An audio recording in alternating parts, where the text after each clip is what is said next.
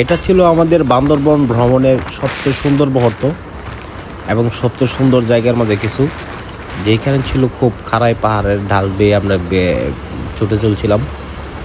আর এই ফিলিংসটা অনেক সুন্দর ছিল, আর জায়গাগুলো অদ্ভুত সুন্দর ছিল।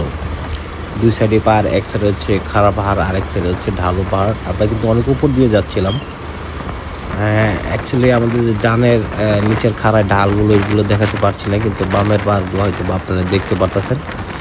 জায়গাগুলো কিন্তু অনেক সুন্দর ছিল, কিন্তু মোটামুটি অনেকটা ভয়ঙ্কর ছিল।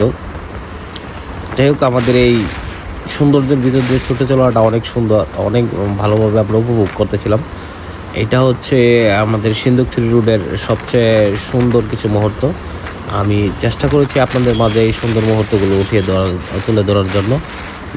যতটুকু পেরেছি তুলে ধরেছি। ইনশাল্লাহ আগামীতেও আরও অনেক কিছু তুলে ধরবো। সবাই আশা করি সাথেই থাকবেন।